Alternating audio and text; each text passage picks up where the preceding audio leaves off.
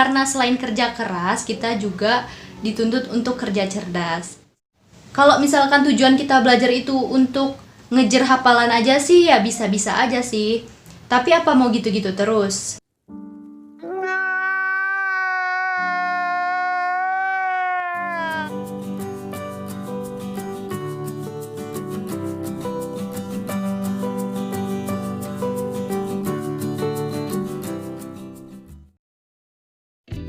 Hi dears, welcome back to my YouTube channel. Long time no see, sama aku Debbie Hernita. Di video kali ini aku pengen bahas seputar metode belajar, cara belajar yang baik dan efisien, apalagi di masa-masa yang penuh banget ujian, banyak yang mau ngadepin UTBK, tes perguruan tinggi negeri, tes perguruan tinggi kedinasan, juga banyak adik-adik yang lagi ngadepin ujian atau akan menghadapi ujian. Tentunya belajar menjadi lebih menjadi keharusan ya.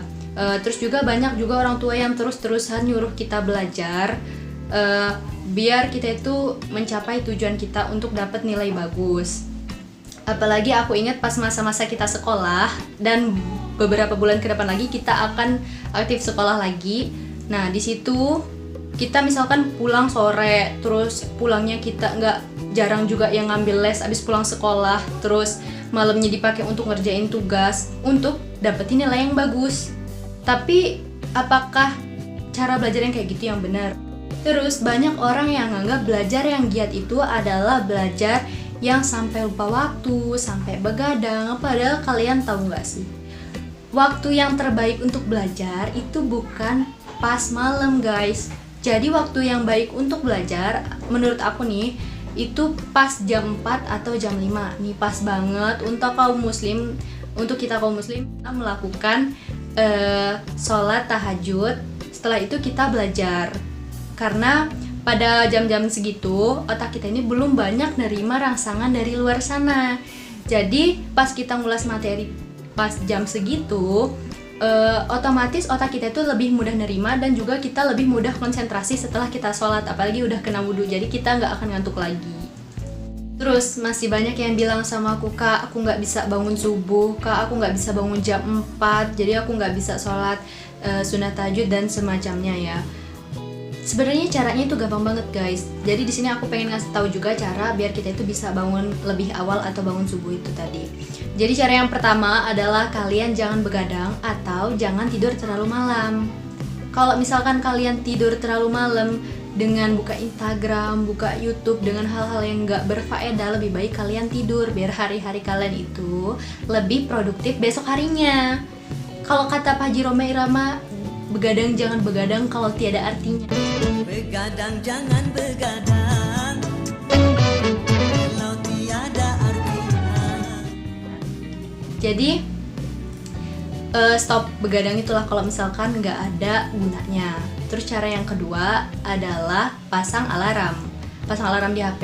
Iya, tapi caranya jangan taruh HP di samping atau di bawah bantal kalian. Kalau aku naruh HP di samping atau di bawah bantal, biasanya kalau pas alarm nyala, aku refleks matiin alarmnya itu sendiri. Padahal aku nggak sadar aku matiin alarm, terus aku lanjut tidur deh. Jadi cara yang kayak gitu bisa gagal. Jadi solusinya kalian tingkatin volume alarm kalian sampai full, pokoknya sampai pol, sampai paling kenceng. Terus kalian taruh di tempat yang tinggi. Jadi pas kalian mau bangun matiin alarm, otomatis kalian harus bangun dulu. Nah, terus cara yang ketiga adalah niat. Kenapa aku bilang niat? Gini caranya. Kalian bilang sama diri kalian, aku besok pengen bangun jam 4. Aku udah nerapin ini ya beberapa kali, sering kali malah pas aku aktif sekolah waktu itu. Cara ini benar-benar kerja guys. Kalau misalkan kita udah benar-benar niat, otomatis kayak kita tuh kayak punya alarm sendiri dalam tubuh kita.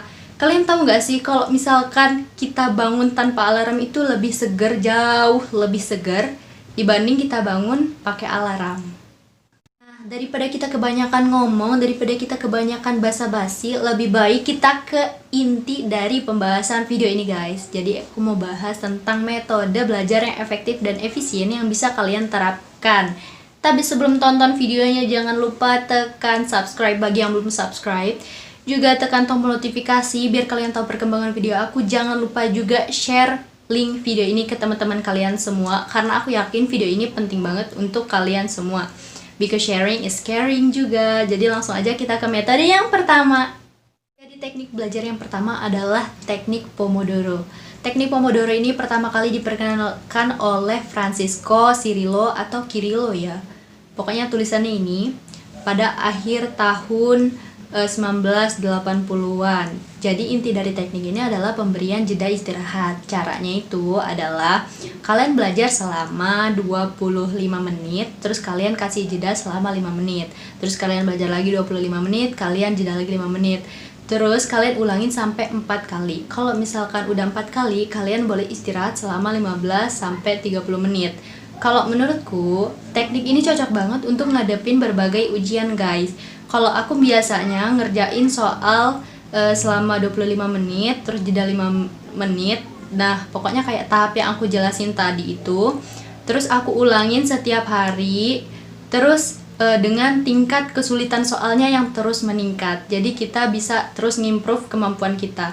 Terus menurut penelitian dari Washington University tahun 2010 juga, kita tuh belajar itu lebih efektif dengan soal daripada dengan. Nah, teknik yang kedua adalah teknik Feynman. Jadi caranya itu kalian tentuin dulu apa yang mau kalian kuasain. Misalkan kalian pengen nguasain trigonometri, kalian pelajarin dulu itu semampu kalian, terus ajak teman kalian yang belum paham, terus kalian ajarin dia. Ajarinnya dengan bahasa yang ringkas dan mudah dipahami. Semakin dia paham, artinya semakin kamu menguasai materi-materi tersebut. Terus suruh dia juga tanya hal-hal yang belum dia ngerti juga. Itu bisa jadi latihan juga buat kalian, karena yang kayak aku bilang tadi, pokoknya latihan itu lebih bagus daripada materi aja. Jadi selain kita ngajarin dia, kita kasih dia materi, dia juga harus ngasih pertanyaan sama kita. Tapi tanyanya seputar topik ya guys, jangan tanya kamu udah punya doi apa belum. Garing. Garing. Ya, pokoknya tanya sesuai materi aja. Nah, teknik yang ketiga adalah membuat ringkasan, guys. Nah, membuat ringkasan ini kalian bisa membuatnya itu sebagus, secantik, sekreatif mungkin. Nah, ini nih cocok banget buat kalian yang suka ngegambar, buat doodle, buat hand lettering. Kalian bisa tulis poin-poin penting, terus kalian sertakan gambar-gambar biar lebih menarik. Itu bisa buat mood belajar kalian itu naik juga. Terus kalian tulis poin-poin pentingnya itu pakai bahasa yang sederhana dan mudah kalian pahamin lagi. Biar pas kalian ulas lagi materi itu, pas misalkan kalian pengen ujian nih besok, terus kalian buka lagi ringkasannya, biar kalian lebih nyambung lagi. Kalau misalkan bahasa yang kalian pakai itu ribet dan susah, pas kalian buat kalian paham, tapi pas kalian mau ulas lagi nanti kan jadi susah, guys. Metode belajar yang keempat adalah menghubungkan sesuatu dengan sesuatu yang familiar. Misalkan aku pengen belajar tentang neuron atau sel saraf. Jadi aku ibaratkan sel saraf itu kayak tangan. Misalkan di jari-jari ini adalah dendritnya, di telapak tangan ini badan sel, di tengah ada inti sel, terus ada akson dan seterusnya. Jadi kalian bisa mengibaratkan sesuatu untuk ngapalin dari bagian-bagian yang kamu mau pelajarin. Cara yang kelima atau teknik yang kelima adalah membuat akronim yang mudah diingat atau mudah dihafal. Misalkan kalian mau menghafal unsur golongan 2A atau alkali tanah, bisa pakai beli mangga campur sirup bau racun.